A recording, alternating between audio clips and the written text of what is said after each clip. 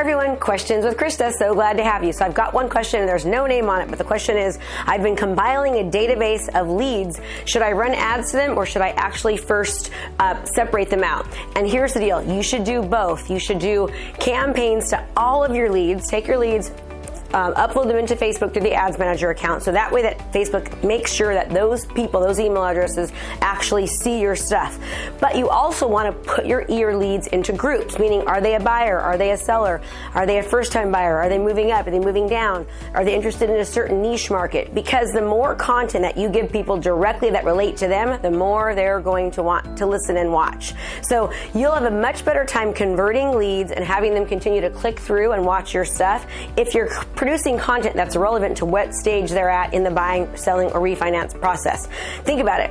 If you're a millennial, you're not interested in what it takes to move up or to move down, or you're not interested in a senior housing development. Make sense? So you want to have two types of leads. You want to have leads and email addresses that you put in different categories so you can have relevant content that is current, that speaks directly to them.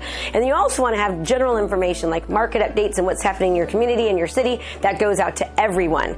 And again, you would use the reach objective for that. So I hope this makes sense, and on to the next question. Now, Sophia asks, how did you get through that hard time when you were a single mom?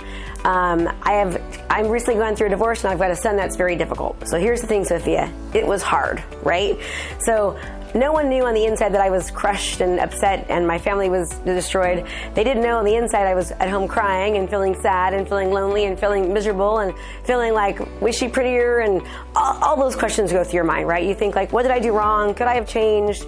What does she look like? Is she younger? Poor me kind of a deal. That's what I felt. And I'm sure you're probably feeling maybe sort of the same.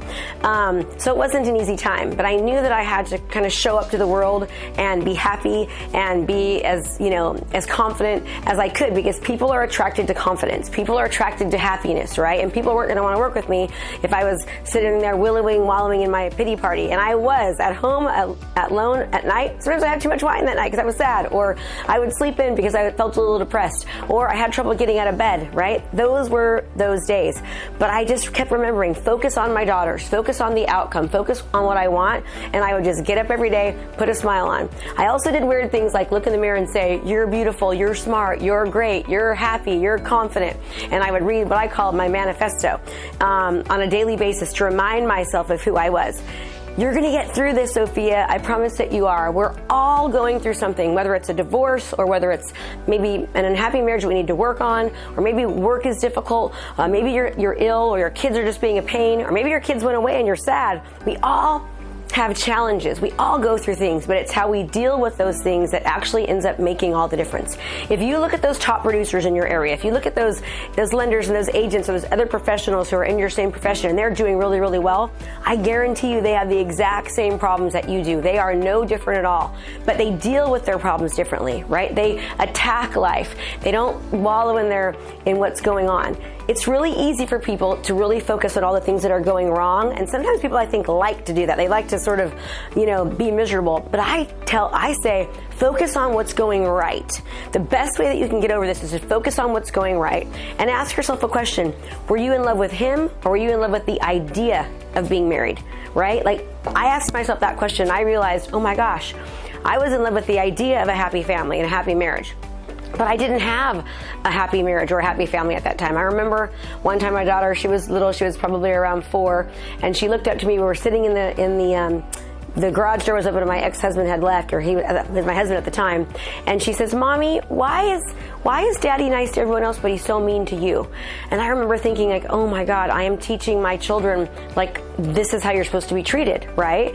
And I wasn't ready to leave at that time, and I wasn't ready to leave until I had found out about another affair. And so once I found out about another affair, and there had been plenty of them, let me tell you, I found out later, I made the decision to leave. And it wasn't easy. It was hard. I pulled through. And now looking back, sometimes some of the hardest times end up being the best thing that will ever happen to you. And I know that's hard to believe right now, but this is probably going to be one of the best situations in your life, because you probably weren't really happy. You probably were miserable, right?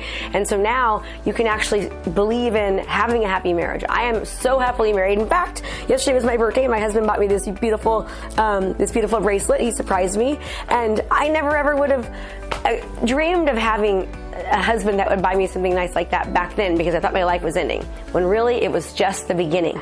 So for you, I'm sure, Sophie, it's just the same. It's just going to take time, and time heals all. And I hope that helps you. I really, really do.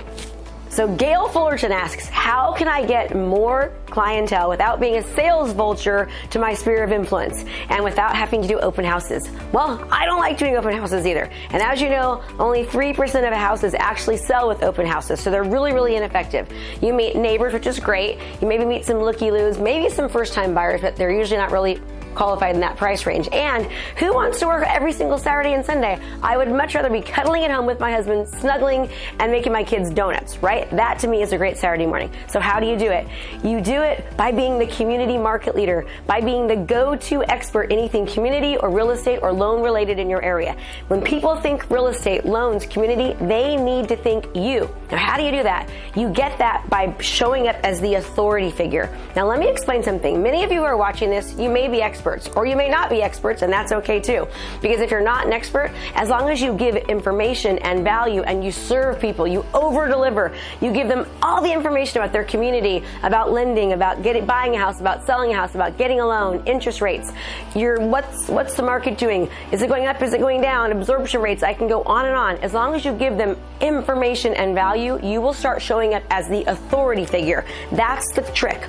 Showing up as the authority figure. Now, even if you're an expert, no one knows. No one cares. They don't know that you're an expert until you show them, you tell them, you talk to them, you educate them, you serve them, you don't sell. No vulture at all. You give them relevant, current information and content that's going to make their life easier. You talk to them about what's happening in your community, in real estate, and in loans, and throughout the actual nation. How is real estate affecting them locally and nationally?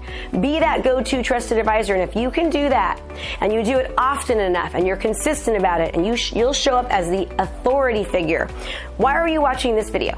You're watching this because somehow, some way, maybe you read my book, you saw my videos, and you thought, I actually kind of like what she has to say. She knows what she's talking about. You would not be watching this if you did not see me as the authority figure on this subject matter. Isn't that the case?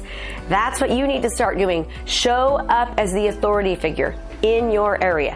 What's the question that people always ask you at every party, everywhere you go? They say, how's the market? What are interest rates? Are they going up? Are they going down? That's what they ask, right? So what I'm saying to you is be that go-to trusted advisor and tell them, give them what they want, be as consistent as possible, do it on a regular basis, and don't give up before you start seeing results. It does take time.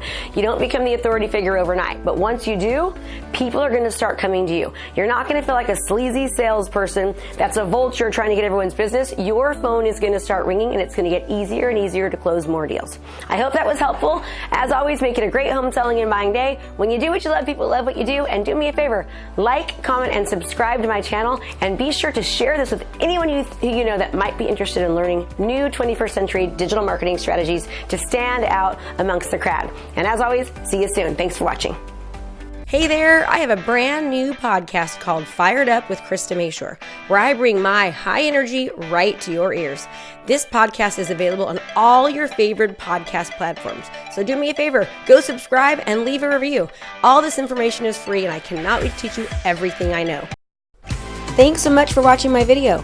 You can learn more about how to be a successful real estate professional by watching other videos that I have. And be sure to subscribe to my channel. And as always, make it a great home selling and buying day.